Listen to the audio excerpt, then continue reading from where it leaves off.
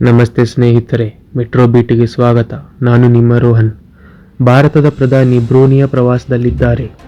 ಈ ದೇಶವು ದ್ವೀಪ ರಾಷ್ಟ್ರವಾಗಿದ್ದು ಸುಮಾರು 5,770 ಚದರ ಕಿಲೋಮೀಟರ್ ವಿಸ್ತೀರ್ಣದಲ್ಲಿದೆ.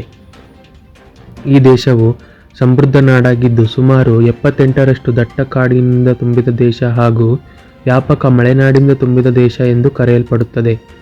ಈ ದೇಶವು ತನ್ನ ನೆರೆಯ ರಾಷ್ಟ್ರ ಮಲೇಷ್ಯಾದೊಂದಿಗೆ ರಕ್ಷಣಾ ಒಪ್ಪಂದ ಮಾಡಿಕೊಂಡಿದೆ. ಬ್ರೂನಿಯು ಒಂದು ತೈಲ ಹಾಗೂ ನೈಸರ್ಗಿಕ ಅನಿಲ ಹೊತ್ತ ರಾಷ್ಟ್ರ.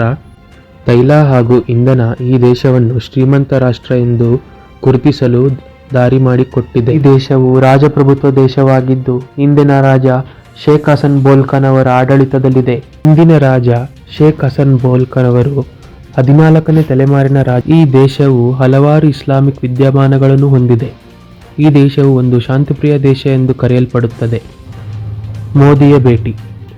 ಹಸನ್ ಬೋಲ್ಖಿ ಅವರು ಆಹ್ವಾನದ ಮೇರೆಗೆ ಸೆಪ್ಟೆಂಬರ್ 3 ಹಾಗೂ 4ನೇ ತಾರೀಕಿಗೆ ಬ್ರೂನಿಗೆ ನಮ್ಮ ಪ್ರಧಾನಮಂತ್ರಿ ಮೊಟ್ಟ ಮೊದಲ ಬಾರಿಗೆ ಭೇಟಿ ಕೊಟ್ಟ ಮೊದಲನೇ ಪ್ರಧಾನಿ ಎಂದು ಹೆಸರುವಾಸಿಯಾಗಿದೆ.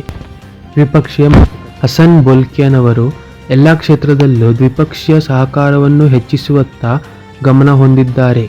ಈ ಮಾತುಕತೆಯಿಂದ ಭಾರತಕ್ಕೆ ಆಗುವ ಉಪಯೋಗ: ರಾಜತಾಂತ್ರಿಕ ಸಂಬಂಧ ಗಟ್ಟಿಗೊಳಿಸುವತ್ತ ಪ್ರಮುಖ ಹೆಜ್ಜೆ, ಪರಸ್ಪರ ದೇಶಗಳ ನಡುವೆ ಗೆಳೆತನ, ಭದ್ರತೆ ವಿಷಯದಲ್ಲಿ ಪರಸ್ಪರ ಸಂಬಂಧ ವೃದ್ಧಿಸಿಕೊಳ್ಳುವುದು, ಇಂದಿನ ಕಾಲಮಾನದಲ್ಲಿ ಭಾರತಕ್ಕೆ ತೈಲ ಒದಗಿಸಲು ಸಹಾಯ ಮಾಡುತ್ತದೆ. ಈ ರಾಜತಾಂತ್ರಿಕ ಮಾತು ಭಾರತಕ್ಕೆ ಮುಂದಿನ ದಿನಗಳಲ್ಲಿ ಒಳ್ಳೆಯ ಲಾಭ ತಂದುಕೊಡುತ್ತದೆ. ಮತ್ತೆ ಭೇಟಿಯಾಗ್ತಿರೋಣ. ನಮಸ್ತೆ.